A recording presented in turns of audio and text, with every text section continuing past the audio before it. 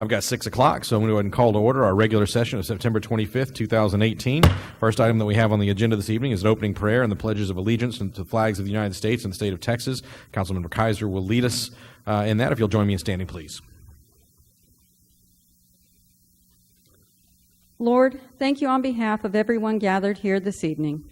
I graciously ask that you grant us strength to govern with integrity, a sense of the true needs of the people, confidence in what is good and just, and the ability to work together even when there is disagreement. In Jesus' name we pray. Amen. I pledge allegiance to the flag of the United States of America and to the republic for which it stands, one nation, under God, indivisible, with liberty and justice for all. Honor the Texas flag. I pledge allegiance to thee, Texas, one state under God, one and indivisible. Thank you, Dr. Kaiser.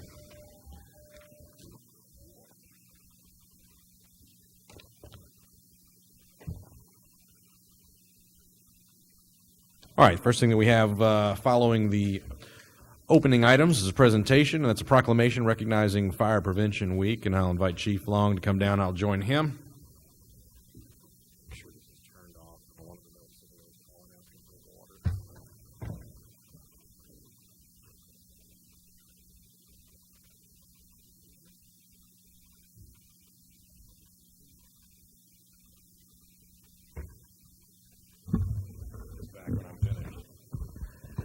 All right, good evening, everyone, and for everyone that may be watching later, and I won't tell the whole story again, but fire department's been called to my house before, and short of it is I didn't feel the need to speed back home from San Antonio because I knew that once our fire department was there, that my wife and my family would be safe. So with that, I want to read this proclamation. It says, whereas Fire Prevention Week commemorates the Great Chicago Fire of 1871, which killed more than 250 persons, left 100,000 homeless, and destroyed more than 17,400 buildings, and serves as the motivating force to bring the people of Schertz together to build a safer community. And whereas the city of Schertz is committed to ensuring the safety and security of all those living in and visiting our state, and whereas fire is a serious public safety concern both locally and nationally, and homes are the locations where people are at greatest risk from fire, and whereas newer homes are built with lightweight materials that burn faster than older home constructions, and whereas a home fire escape plan provides the skill set and know-how to quickly and safely escape a home fire situation, and whereas working smoke alarms cut the risk of dying in reported home fires in half, and automatic fire sprinkler systems cut the risk of dying in a home fire by about 80%, and whereas the 2018 Fire Prevention Week theme, Look, Listen, Learn, Be Aware, Fire Can Happen Anywhere, effectively serves to remind us that we need to take personal steps to increase our safety from fire. And I, Michael Carpenter, Mayor of the City of Schertz, do hereby proclaim October 7 to 13, 2018, as Fire Prevention Week throughout this city, and urge all the people of Schertz to protect their homes and families by heeding important safety messages of Fire Prevention Week 2018, and to support the many public safety activities and efforts of Schertz Fire and Rescue. So, Chief, first of all, thank you to you and to the entire department for the work that you do, and microphone for you for a moment. Thanks for reading that. We just wanted to take this time, since we've got some canceled meetings coming up for some other events. We just wanted to go ahead and get the proclamation out and get it on everybody's mind to start checking the smoke detectors and looking around their house for fire unsafe conditions that you take this time to address now and change your batteries. Thank you. Which crowd is this here? Which shift? This is C shift. C shift. C shift has, and I'm not gonna say it because you never know. If I say something about the times that I've said something and which shifts that it's been busy for, it might go the wrong way. So we won't go there at all. But here, let's go this way.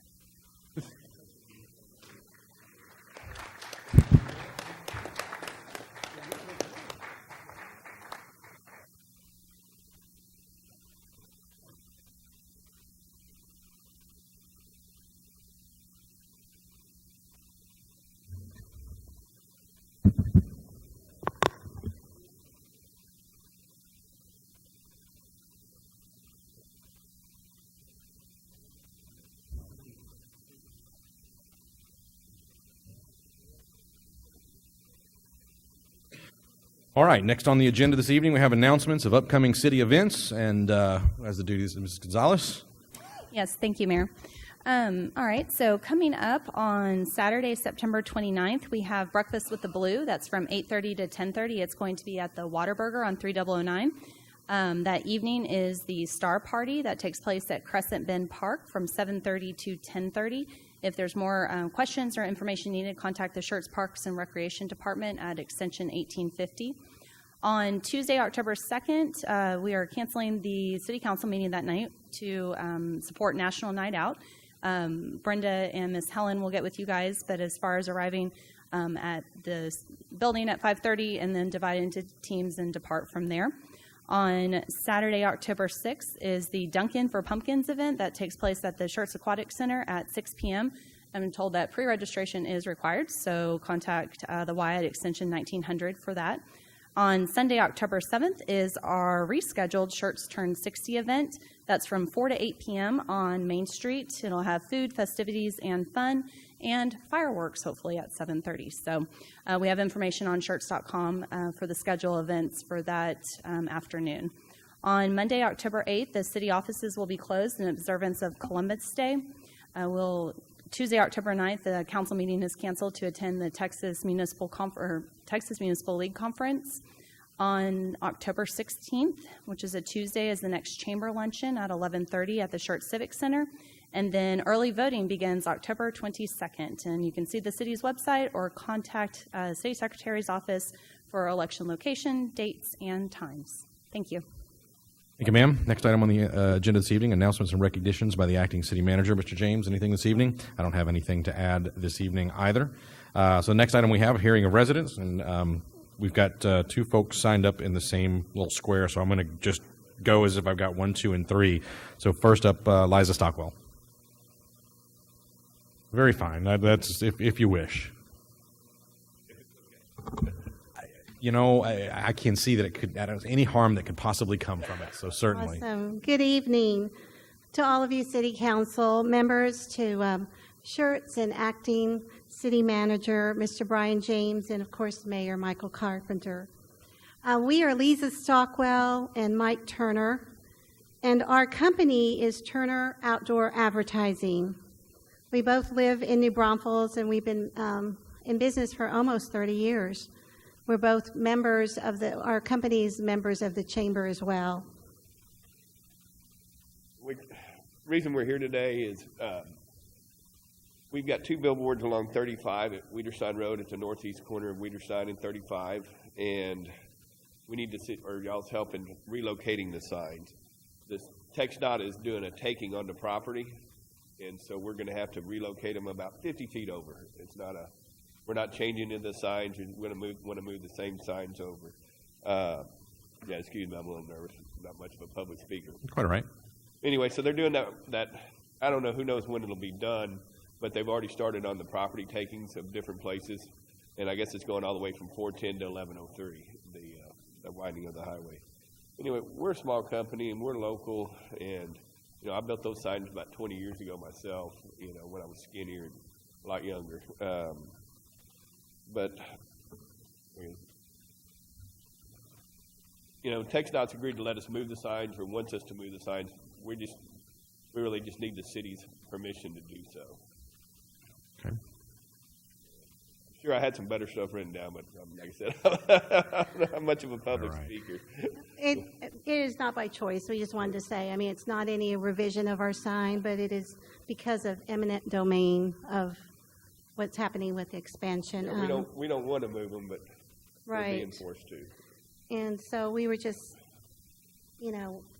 here to put it in your ear. Put it in your ear, and also imagine if the wonderful sign that you have for the city was part of this expansion, and you weren't making any changes to it, but you were asked to move it and take it down. I know that you would want to put it back up because it does such wonderful things for your city and promoting and marketing your community. So TxDOT has agreed to let us move the signs, and we're just basically here for the city's permission to let us do that. Okay. Since this is not on the agenda, we can't have any back and forth discussion on it, but I understand from Mr. James that our planning department's already in contact with you or begun in that case. Mr. James? Ms. Wood or Mr. Cox can reach out and get your information. They can contact you and walk you through what our code requirements are. Okay, thank you. Absolutely. Thank you, ma'am. Thank you, sir. And next up, Ryan Wolf. Good evening. I'm just following up with the council. I know on the 28th of August, we came and members of our community, the Crossvine community, came and asked for some additional clarification about what the city was going to be doing regarding short-term and midterm rentals. I believe the city attorney was asked, or the mayor had asked the city attorney to put together a presentation, approximately 2 weeks. It's been 4 weeks. We haven't heard anything yet about that. We've done some additional research. We've reached out to Willow Grove community as well. They're having similar issues regarding this, so all along the same area. We've also reached out to our neighbors to the north with the in New Braunfels and researched and liked the proposal as well as how they're managing short-term and midterm rentals there, and we're asking that the council take a look at those items and how they're handling that. I think it's really timely that tonight we were talking about fire safety, yet we're also having some zoning issues right now regarding multi-use tenants taking place in houses that are designed and built for single occupancy families. And if we're serious about the safety of our community and our members here that live here, then we really should be taking a look at how we're managing these here. And we're asking that the council go back through and reevaluate, as well as we're all waiting to hear back from you guys regarding this issue. So we appreciate your guys' time. And I know it's not on the agenda tonight. Good. Thank you, sir. All right, I didn't have anyone else signed up this evening, so we'll go straight to our consent agenda items. Item 1, minutes, approval of the September 14, 2018, I'm sorry, September 11, 2018 regular minutes. Item number 2, Resolution 18R129, a resolution by the City Council of City of Schertz, Texas, authorizing the acting city manager to enter into an agreement with Arthur J. Gallagher and Company to provide health insurance broker services and other matters in connection therewith. Item number 3, Resolution 18R128, a resolution by the City Council of City of Schertz, Texas, authorizing EMS debt revenue adjustments, utility billing debt revenue adjustments, and Schertz Magazine debt revenue adjustments for certain inactive outstanding receivables and other matters in connection therewith. Item number 4, Resolution 18R124, a resolution by the City Council of the City of Schertz, Texas, authorizing an interlocal agreement for funding assistance with the Schertz Housing Authority and other matters in connection therewith. Item number 5, Resolution 18R130, a resolution by the City Council of the City of Schertz, Texas, authorizing the purchase of an animal care services vehicle from Maple Crest Ford. Any of these that needs to be pulled and considered individually? Hearing none, is there a motion to approve the items on consent? So moved. Second. A motion from Mr. Gutierrez, a second from Mr. Edwards. Any other comments or questions from council? Hearing none, I'll call for a vote. Aye. Aye. Aye. Aye. Aye. Aye. Aye. 7 ayes, no nays, the motion carries. Discussion and action items, item number 6, Resolution 18R131, which is approving a resolution by the Schertz City Council approving a bond resolution previously adopted by the Board of Directors of the Schertz Seguin Local Government Corporation, authorizing the issuance of obligations designated as Schertz Seguin Local Government Corporation Contract Revenue Refunding Bonds, New Series 2018, acknowledging that these bonds will be sold to Hilltop Securities Incorporated as the authorized representative of a group of underwriters pursuant to the provisions of a purchase contract, ratifying, reconfirming, and readopting the provisions of a regional water supply contract executed between the City of Schertz, Texas, the City of Seguin, Texas, and the Schertz Seguin Local Government Corporation, authorizing the mayor, the city manager, and the city secretary of the City of Schertz, Texas, to execute on behalf of the City of Schertz, Texas, all documents in connection with this transaction and other matters in connection therewith. Nobody writes a longer caption than bond counsel. Amazing. Mr. Walters. Good evening, Mayor and Council. This, even though it says SSLGC, the City of Schertz does directly benefit from any refunding opportunities that corporation comes across. Since we are in an agreement with the City of Seguin that we split the debt service equally 50-50 between the two cities. So anything that benefits the corporation will also benefit the City of Schertz. And tonight I have Andrew Friedman here from SAMCO to go over the refunding opportunity in a little bit more detail. Good evening, Mr. Mayor, council members. My name is Andrew Friedman, your financial advisor with SAMCO Capital Markets.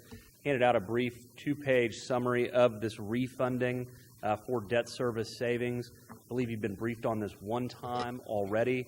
The SSLGC board took action this past week on the 20th of September, authorizing the future sale of this refunding so long as certain parameters of the refunding are met. That parameter set at generating 3% savings. And so as we proceed through this process, assuming both you all take action tonight to authorize this parameter sale and that the city of Seguin does so next week at their meeting, we would be looking towards pricing around November 13th, possibly sooner if we can get the rating agencies, get them to release a rating and get us to market all the sooner. We're seeing interest rates increase. The last time you were briefed on this, savings was somewhere close to 6% as of last week, with interest rates generally moving higher, especially in the last week. That's down to just above 3%. So we're kind of tottering around that threshold. This parameter sale authorizes the pricing officers designated as the general manager of SSLGC, as well as your city staff here, to price into the market on a day that makes most sense. So there is some flexibility if the refunding doesn't make sense on the day that we're attempting to go to market. We can delay it till rates are more favorable and be able to act at that time. Right now, we're anticipating pricing on November 13th. That would have us closing on the refunding December 13th. I'm happy to answer any questions that you all may have. As Mr. Walters already mentioned, the City of Schertz is a 50% partner in the local government corporation with Seguin, so our utility system will benefit 50% of any savings generated, so long as we're able to meet the minimum threshold of 3% savings. All right, very good. Council, comments, questions? Mr. Mayor, I'd like to make Edwards? a motion that we approve resolution number 18R131. Actually got some specific language that we have to read. Not only do we have a long caption, but we have to say it a certain way. Get my glasses out now. Yeah, I understand. I was going to make the motion from the chair, but have fun. Okay, Mr. Mayor, I'd like to move that the City Council approve a resolution approving a bond resolution previously adopted by the Board of Directors of the Schertz Seguin Local Government Corporation, authorizing the issuance of bonds designated as Schertz Seguin Local Government Corporation Contract Revenue Refunding Bonds, New Series 2018. Second. I have a motion from Mr. Edwards, a second from Dr. Scaglioli. Any other comments or questions from council? Mr. Crawford? When did you say the earliest we can get an agreement on the interest rate, and what's the latest? The latest, and I'd have to go through, it's usually about 6 months after the authorization by the LGC board, so that would be 6 months from September 20th, I believe. The earliest is a little bit unknown. We've been told we may be able to have a rating in place by October 15th, so we may be able to act maybe by the third week in October. That's still very much up in the air. We haven't gone through the rating process with either Schertz or Seguin at this time. I was just curious what that window is, just because if you're close to 3% now, we'd hate to have to not do the bond. Couldn't agree with you more. There's also a hope that the markets could rally if we do kind of fall outside of that window. Headlines change, rate wars, and all the different things that drive interest rates. We may have another opportunity, and so we do have a pretty large window to be able to take advantage if that is the case. Thank you very much. Welcome. Just for reference, because the folks in the gallery and that may be watching later don't have the benefit of having this sheet in front of us. At the stroke of a pen, a little bit of extra work than just the simple stroke of a pen. Present value savings to the corporation and therefore to all of us that are part of the water system is about $830,000. All right, I have a motion and a second. I'll go ahead and call for a vote. Aye. Aye. Aye. Aye. Aye. Aye. Aye. 7 ayes, no nays, the motion carries. Thank you, sir. Appreciate it very much. All right, the next item that we have this evening, we have Ordinance 18S34, an ordinance by the City Council of the City of Schertz, Texas, to approve a specific use permit to allow for operation of a convenience store with gas pumps at the southeast corner of the intersection of FM 1518 and Maskey Road, Schertz, in Guadalupe County, Texas. This is set for a public hearing, so we're going to have staff, as we normally do, give a presentation first. Then we will follow with the public hearing, and after the public has had an opportunity to have their say, council will be allowed to make comment I do not believe that we do actually have this on for first reading and potential action this evening. Good evening. Good evening. So the subject property is here, located in the green that I'm showing you here. This is Maskey Road and FM 1518. Just to get your bearings, this is the Schertz soccer facility here, and the subject property is here. They are requesting a specific use permit with associated conceptual site plan to allow a convenience store with gas pumps. On August 9th, 5 mailers were sent to the property owners within 200 feet. At this time, we've received 1 response neutral and no responses in favor or opposed. And the legal notice was published in the San Antonio Express News on August 29th. The comprehensive land use plan does identify this area as single-family residential. It was not reviewed as part of the Schertz sector plans, just when it was in 2002 with Central Schertz, which was prior to the 2008 and 2017 ACUS studies, which really focused on this area of town. Those studies did identify that this property is in the accident potential zone 2. So you can see that here. APZ1 extends to this area, and then APZ2 is identified by the blue dash. And then our subject property here in the red star, it is within the APZ2, which is not the most ideal location for single-family residential that our comp plan that was done in 2002 identifies. The property and all adjacent properties are zoned general business and general business 2, which is intended for commercial land uses, and the proposed convenience store would be compatible with those additional commercial land uses that are identified in our current zoning. So this is the site plan exhibit. It's kind of hard to see when you're looking at the whole sheet, so I did a zoom in so we can really talk about what they're proposing. They are proposing a 4,500 square foot convenience store, which you can see here. There are 2 proposed access points, one off of Maskey Road and one off of 1518. 5 gas pumps. They are proposing parking kind of spread around the building, 4 here, 10, 5, and another 5 here. They are also proposing a 1,075 square foot car wash and an 8-foot tall masonry dumpster enclosure with the solid metal gates in this location. The TIA and the Stormwater Management Plan have been approved by the City of Schertz Engineering Department and TxDOT. And they are also proposing cross-lot access to the properties to the north and a shared access to the east. This is their proposed landscape plan. They are proposing 26 trees along 1518 and Maskey Road, which does comply with our tree ratio requirements for street trees. They're also proposing shrub screening, which you can see kind of around the entire property. Essentially, they're doing shrub screening. The proposed landscaping will be watered by an underground irrigation system and does meet all of the City of Schertz requirements. This is the proposed elevations for the convenience store itself. It will be constructed of brick and stucco finish with 2 facades having the glazing.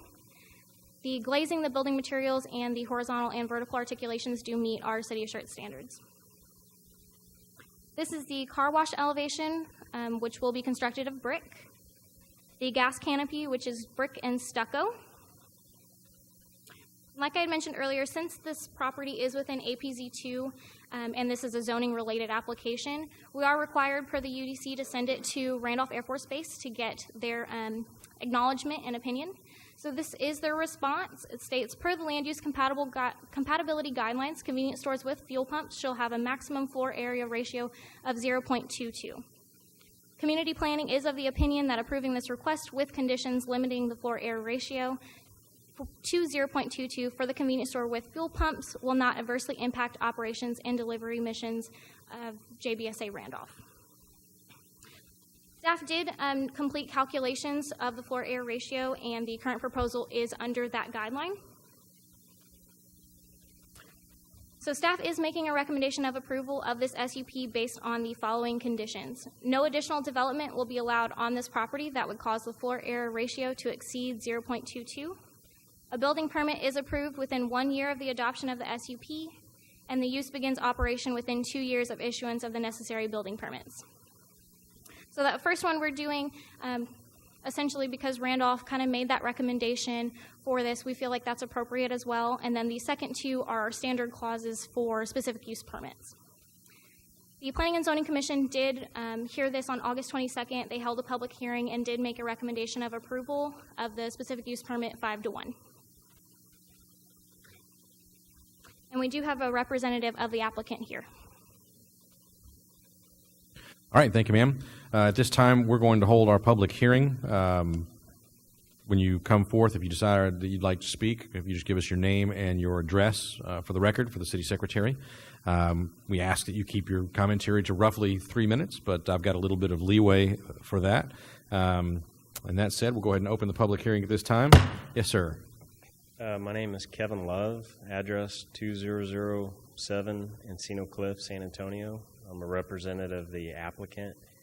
Emily did a great job, so I'm just really here to answer any questions y'all may have. Very good. We'll open up to the council after we've given an opportunity for the public to speak. Thank you. Anyone else that would like to address the council on this particular item?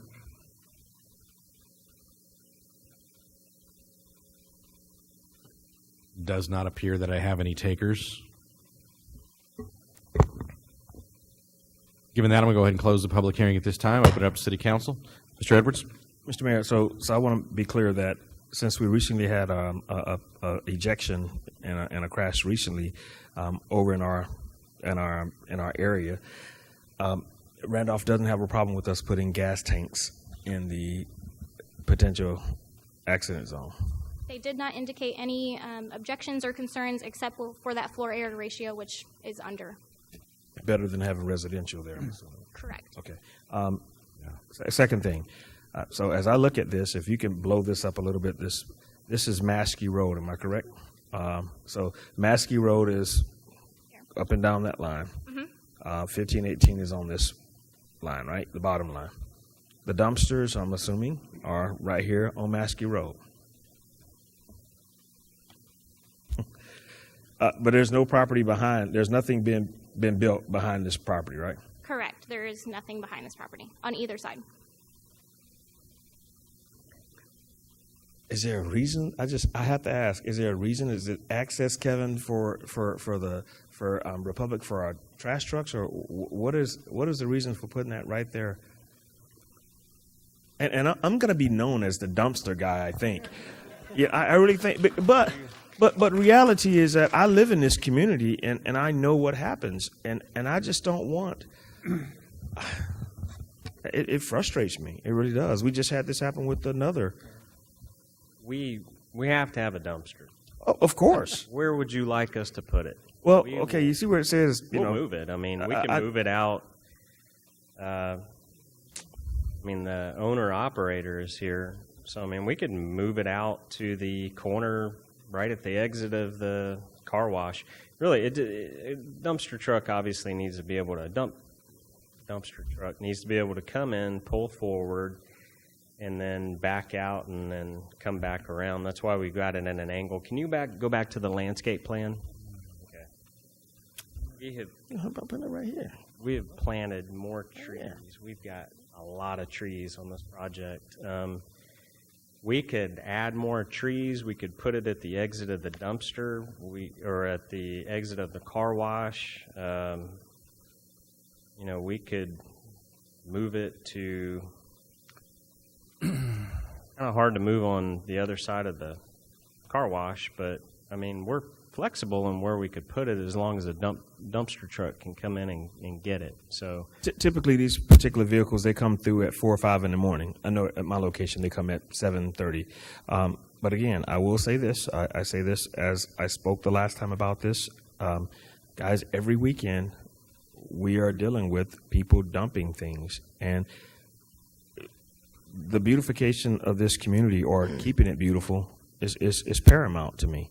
Sure. And and not to say, you can drive around certain parts of town and different parts of other communities, and you can see where people throw all kinds of stuff out, man. I just don't want that happening. And that's going to be an area where we have our young soccer fields. Our young people are going to be playing down there, our soccer fields. We don't want trash everywhere. And it's not that you're going to be doing it. It's just my opinion is that other people will more than likely take advantage of a situation. It just happens. Where there's a dumpster and they'll go dumping trash. So limbs, everything. Yeah, I mean, they can speak to the operation of their store, but I mean, I've been to several of them. They don't, they usually clean stuff up. So, I mean, unless the police are going to be out there watching these dumpsters, It's just gonna happen. We're going to have dumpster, yeah, and we're just going to have to pick it up, and unfortunately, the owner of the store is going to have to pay to dispose of it. But really, the people dumping ought to get tickets. So, yeah, can y'all put a camera out back? Perfect. Okay. Well, But- I just thought I'd mention that if you guys wouldn't mind at least entertaining that thought. Sure. Yeah, we could actually add one more tree, or take one of the other trees and move it over right behind it. So, we just kind of hard to screen the front of the dumpster. Yeah, I understand. I just wanted to mention that to you guys. Thank you so much for the effort, and we appreciate you coming to spend your money in Schertz, and thank you for making an investment into the community. Dr. Scagliola. Yeah, Emily, I noticed there are a lot of trees. What's the rationale behind the trees? We have a shade tree per acre requirement. We also have a street tree requirement, along with at the terminus of all rows of parking, they have to have a tree. So they do meet all of our requirements. It's just a very heavily treed site. Yeah, I see that. Now, are some of these shade trees at a lower elevation, others oak trees, or it's hard to visualize? Yeah, so It's going to look like from the street. I have Are you going to be able to see that there's a gas station on the other side of those trees? I would assume so. I hope so. So to be clear, Councilman, this is, and so if council has a concern, this is one much like the sheds or the walls that we could go back and direct staff to revisit the landscaping requirements. But as Emily said, you have a series of requirements that trigger, in this case, the No, frontage. I understand. If you're meeting the requirements, that's fine. I just wonder what the site picture was going to be like. Sometimes we get, this is before and this is the after. It's kind of hard to tell from a bird's eye view. That's all. I don't have any other problems with it. Thank you so very much. Mr. Crawford? I had a question about floodplain issues being so close to Cibolo Creek. Has that area flooded before in the past? Does anybody know? So I can tell you from the FEMA map, the floodplain is on the other side of 1518, but Mr. Love, if you have some more insight. And the other question I had, since I wasn't the P&Z for this, the easements for widening Maskey Road and 1518 are all accounted for in this process. So this since it has to come through the specific use permit process, the engineering department did look at all of the right-of-way that would be needed, and everything's planned accordingly. It will have to go back to do the preliminary plat and the final plat since it's not been platted, and that's when we'll actually get the right-of-way dedication. That's been considered at this point just to make sure everything works, right? Yes, sir. Okay, thank you. Mr. Davis?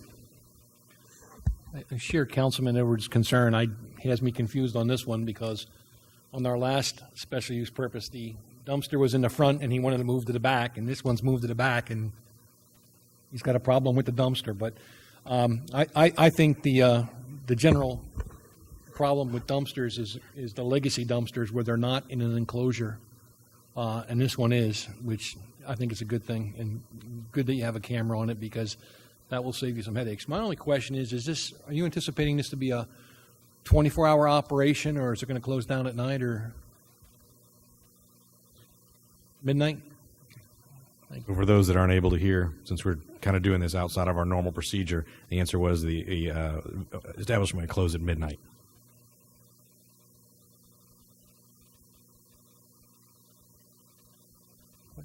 Anything else? Mr. Larson?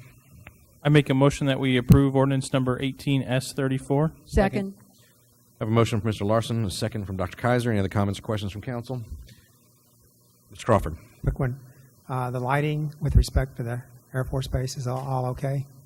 So they will have to meet our minimum light and glare standards. At a later issue, later time?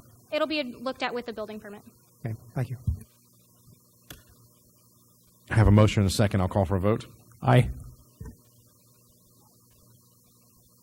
Aye. Aye. Aye. Aye. Aye. Aye. 7 ayes, no nays. The motion carries. Thank you, ma'am. All right, item number 8, temporary crisis leave pool policy. Staff is going to give us a brief presentation and make a recommendation with regard to crisis leave pools, having nothing to do with our outdoor or indoor swimming facilities, but rather We hope not. rather We hope leave not. or paid time off or vacation or paid time away from work, however you wish to phrase it. Yes, sir. Thank you. James. So as council probably knows, with regard to our personnel policies, we provide a number of benefits for staff, including paid time off for a variety of things: vacation leave, sick leave, bereavement leave, things like that.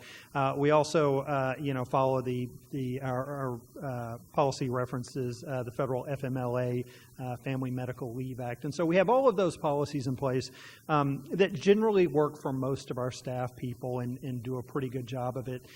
Some of you may recall a number of years ago, council passed a sick leave policy where we may have an employee who has an illness issue, doesn't have sick leave time stored up. It effectively allowed a donation of employee sick leave to allow that employee to draw from. The issue is not the employee taking time off, because I think, as with most of you in your organizations, we have some employee in a crisis situation.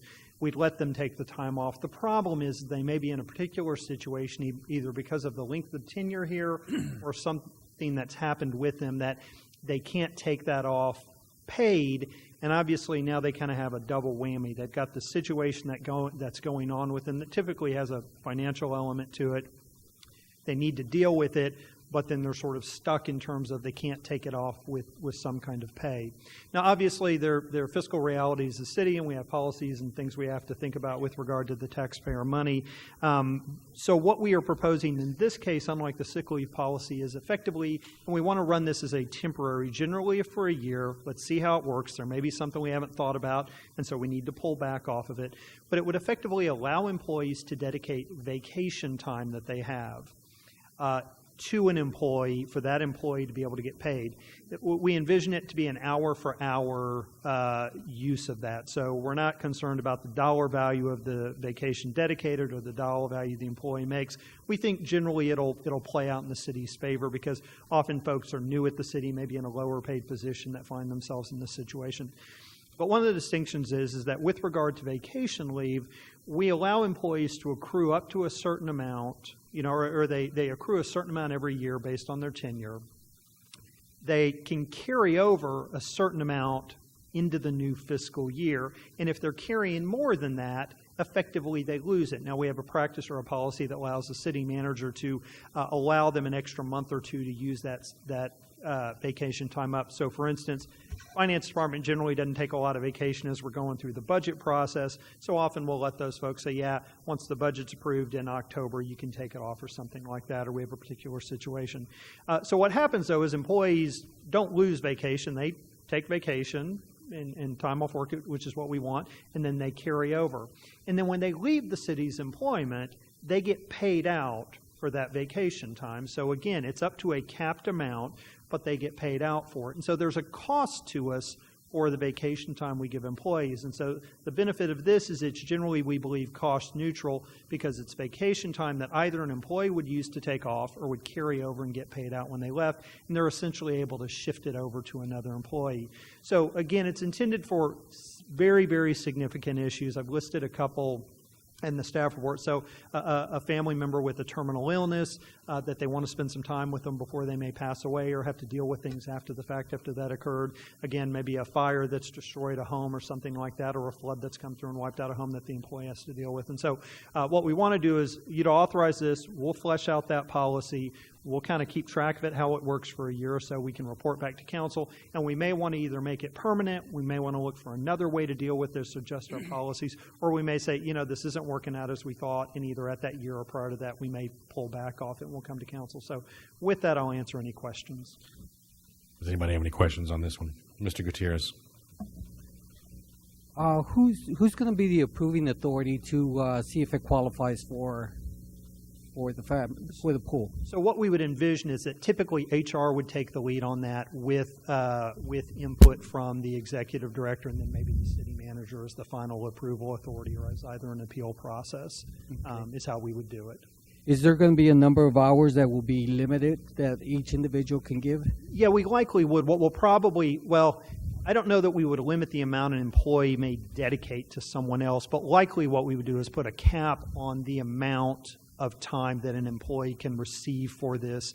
Something probably on the order of magnitude of maybe 4 weeks or something like that we've talked about to allow them to deal with it. And in the situation that, say, they were requesting 40 hours and they were given, the 40, and they only used 30, what would happen to the remainder? So what we'd either do, and we'll clarify that in the policy, because I think one of two things. Likely what we do is we'd sort of let folks know that somebody's going through this, so the employee, their coworkers would be aware of it. What I think we'll have is either people donate hours specifically to an employee, or what I would bet we have is somebody say, hey, I've got this time. I'm not going to just take off a week. Here's 40 hours. Use it for so-and-so, or if you've got somebody else come up, use that extra 8 hours for them. That's what I would anticipate we have. But normally it would be a dedicate to a particular situation. But what I think will have happen is employees just come in and go, hey, here's some time dedicated. If they don't use it all, hold it over to the next person. That's what we've seen with kind of the sick leave. And the reaction of our employees when people find themselves in a crisis situation is they want to help, and so I think that's how it'll end up So going. the option would be to give it back or leave it in the pool. Yeah, we could give it back. Hey, here's enough for this person. We'll turn it back to them or leave it in the pool. And we'll make sure that's clear with the dedication. Again, what we want to make sure we don't do is run afoul of somebody saying, I intended it for this, it was this. So we'll make sure and document that. Thank you. Mr. Edwards. So, Mr. James, how often is this being used? I mean, the pooling. So we haven't, because we don't have this, it's not occurred. With the sick leave pool, I'd have to turn to HR to sort of tell me how often that happens. Maybe half dozen times a year would be my guess, but if HR's back there, about how many, Jessica?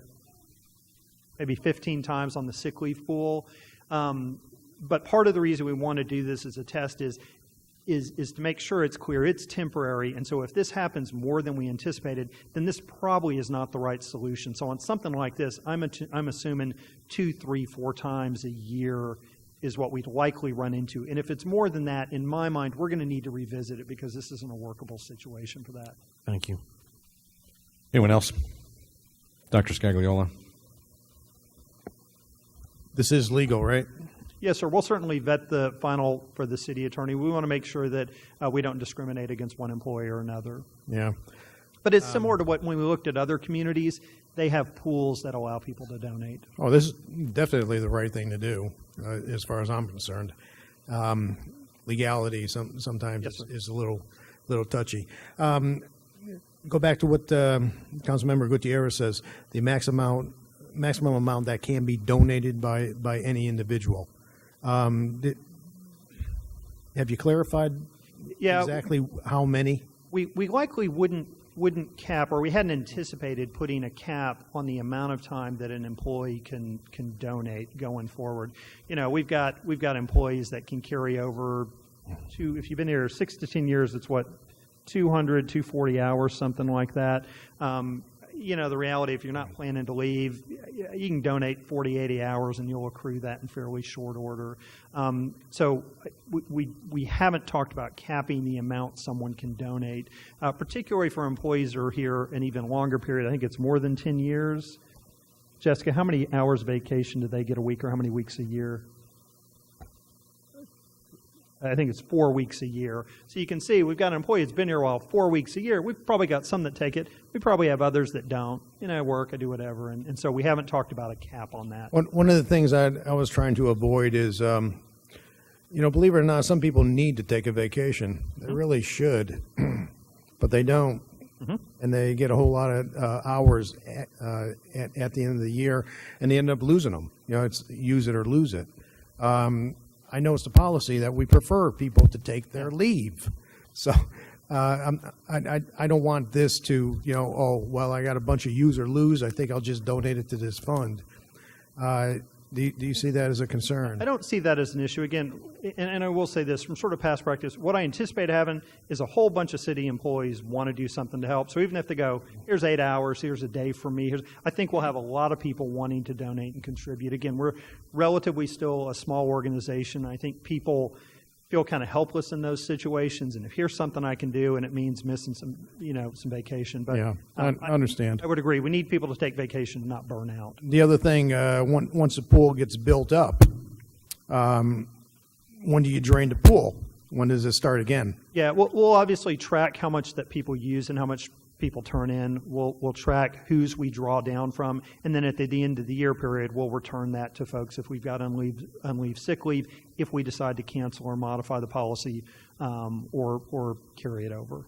So you feel comfortable, you got the I's dotted and the T's crossed? I feel comfortable we've got a good handle on it. I think we've made clear in this case it's a temporary situation so we can monitor it. I think we're keenly aware of the fact that if this turns out to not be what we thought, we'll come back and say we got a problem. We misread something. It's being used more than we thought. This isn't the right policy, and come back to you. I like it. Thank you. Mr. Crawford? I'm going to presume, since this is a temporary one-year kind of process, that it's all manual. There's not a computer piece of HR that can... There's not a... We'll likely create... I assume it's an Excel spreadsheet is what we'll do. I assume yeah, they'll create an Excel spreadsheet working between HR and the finance department to track those, make sure we review the list periodically. GMRS doesn't have any problem with this. Y'all check that out. Not seen that other cities do these sort of pool leaves. So once we flesh that out, we'll vet it with the city attorney and go from there. Thank you. Anyone else? I'm going to move from the chair that we approve a temporary employee crisis leave pool policy as presented by staff. Second. I have a motion from the chair and a second from Mr. Crawford. Any other comments or questions from council? Hearing none, I'll call for a vote. Aye. Aye. Aye. Aye. Aye. Aye. Aye. 7 ayes and no nays, the motion carries. Next item on the agenda this evening is a roll call vote confirmation.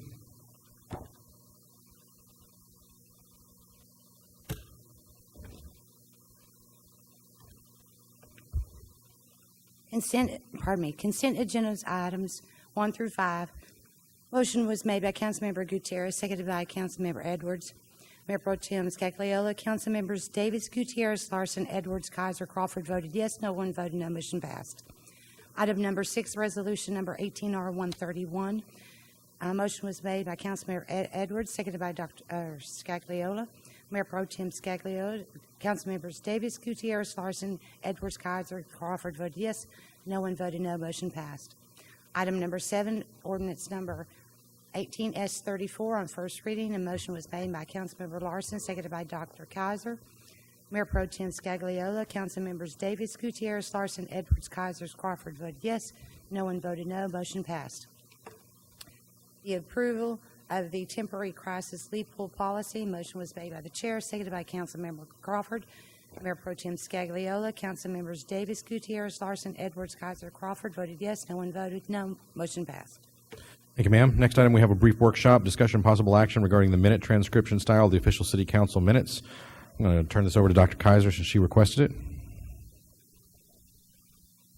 Yeah, I want to consider moving to action minutes as opposed to the way the minutes are currently done. We've talked a lot about efficiency, and I think that this would really benefit the city secretary's office and definitely make things more efficient.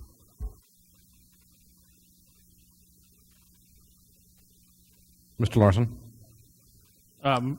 I agree. It sounds great to me. I'd like to hear from Ms. Dennis.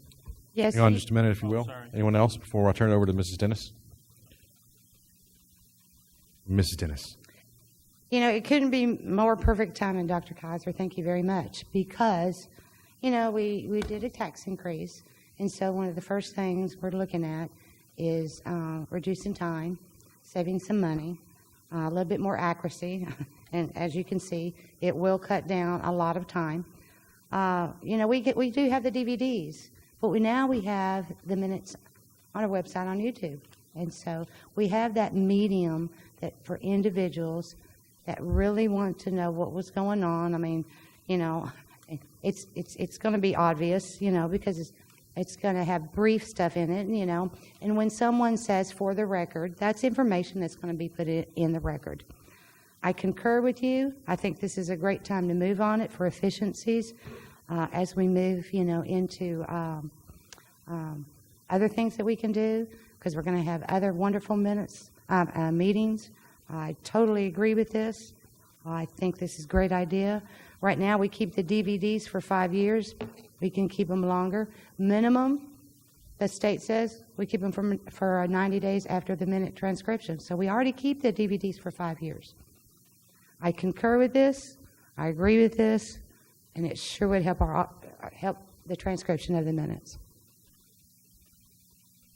Anyone else?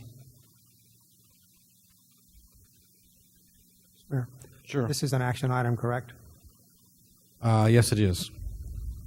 I'd like to make a motion that we accept this proposal of action minutes, keep the DVDs 5 years, and anything that someone says for the record gets included in the action minutes to the extent that that is typographically, or whatever the right word is, appropriate or feature or capable, can be done. Second. All right, I have a motion and a second. Other comments, questions from council? Well, listen, I'm certainly going to speak up on this one. I think everybody here, well, many here know that I've spent lots of hours reading the minutes, starting from 1958 moving forward. I haven't finished them all. I'm somewhere around 1982. But they're very valuable. So here are my concerns. If we only preserve the videos for 5 years, and that was what we started doing in 1970, there's no way I could read the detailed minutes of what happened in 1973 when 2 council members got up and walked out of a meeting and the city administrator was fired, and they called someone up and brought him in and hired them as a city manager the same night. It's important to know those things. I could not, and I don't get a vote, council. It's on you. You guys get to decide. I couldn't support only holding onto the videos for 5 years. My request would be the following, that one, we hold on to the DVDs physically as long as they are usable, until they degrade to the point, and just sitting on a shelf, they will degrade to a point where they're not usable. Second, that an electronic copy be kept on a server here locally in the city. Storage space is very inexpensive now. It's part of the world that I earn my living in. It's pennies for the megabyte. And then thirdly, that they be continuously stored off-site, somewhere in the cloud. By the way, YouTube is in the cloud. That's fine. But someone needs to have the ability, if we stop having detail minutes, 20, 30 years from now, come back and watch it. I'm not sure who would want to, but come back and watch this meeting or other meetings and see what was going on here in these chambers. The maintenance of transparency with regard to historical preservation of what happens in these chambers, in my mind, is absolutely critical. I could not function as I do. Now, some of you may say, well, function as you do, without the benefit of being able to go back and read all those minutes and see what was done, and the comments that were made, the votes that were taken, the hearing of residents and the comments made by the residents when they came before the council. So I would ask the council, if you would, to consider asking that DVDs be preserved until they're no longer usable, that all recordings of the city council be preserved into perpetuity on a server in the city, and all recordings of the city council be preserved into perpetuity in the cloud, wherever that, and I leave that to staff and particularly to Miles to decide how we would execute on that. Mr. Mayor, Mr. Crawford. I'd like to modify my motion or pull it and have it restated the way you did, because Ms. Dennis and I talked about server issues this afternoon, and more than 5 years.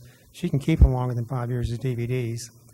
It's not necessarily a big storage problem right now, but the electronic copy on a server is something we talked about. And I'm happy to withdraw my motion and start over or modify to include what you just said. However you'd like to do it. If you'd like me Modify it the way you said. How about if I say this, I'll say it one more time, and then Mr. Crawford can just say so moved, and it will remain his motion. Yes, sir. DVDs of the meetings will be preserved until such time as they are no longer viable for use. An electronic copy of every meeting of the city council will be maintained on a server within the city's network. Staff to have the opportunity to make the decision as to how to do that. whatever's most financially feasible, and that a copy of every meeting of the city council be maintained in the cloud. Again, leaving it to staff to decide whether that's on YouTube or whether it's some other place. Miles is the expert. Let him make that decision. So moved. Second. I have a motion from Mr. Crawford, a second from Dr. Kaiser. Any other questions from city council? Comments? None. I'll call for a vote. Aye. Aye. Aye. Aye. Aye. Aye. Aye. 7 ayes and no nays. The motion carries. Very good. Thank you, Council. Mr. Larson just said that's too many DVDs, but since you're so old school, I'll let it fly. I resemble that remark. We can't fit them on floppy disks, or we do it that way. All right, next item is a roll call vote confirmation on the workshop. Mrs. Dennis. Yes, sir. The motion was made. I wasn't old when I started this. Sorry, Mrs. Dennis. I don't remember you having gray hair. That's I apologize. true. Motion was made by Councilmember Crawford, seconded by Dr. Kaiser, to request that the DVDs stay as long as usual, as usable, that electronic copy be placed on a server in the network, and that also a copy be placed in the cloud. And you do approve the suggestion of the city secretary. Mayor Pro Tem Scagliola, Council Members Davis, Gutierrez, Larson, Edwards, Kaiser, Crawford voted yes. No one voted no. Motion passed. Indeed. Thank you, ma'am. All right. Next two items we have on the agenda this evening, we have need for closed sessions. The first one is City Council will meet in closed session under Section 551.074 of the Texas Government Code, personnel matters to deliberate the appointment, employment, evaluation, reassignment, duties, discipline, or dismissal of the city manager. And secondarily, City Council will meet in closed session under Section 551.071 of the Texas Government Code, consultation with the city attorney regarding regulations within the Unified Development Code. We're going to recess our open session, go into closed session, and we will return as quickly as we're able.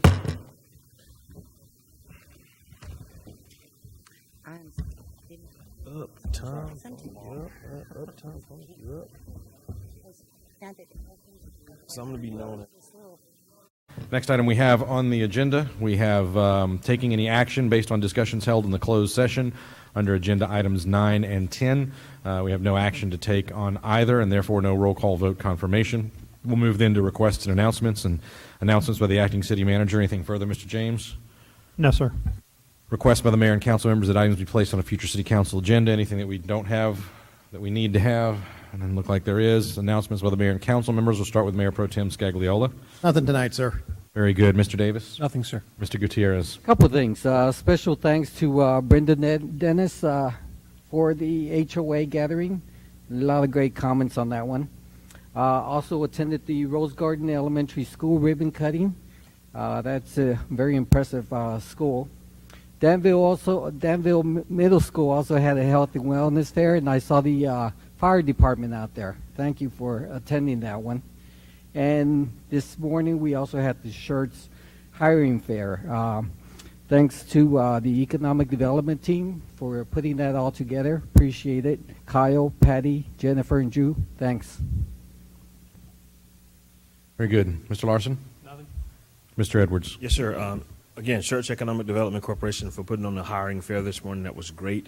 A lot of great people came through, great resumes.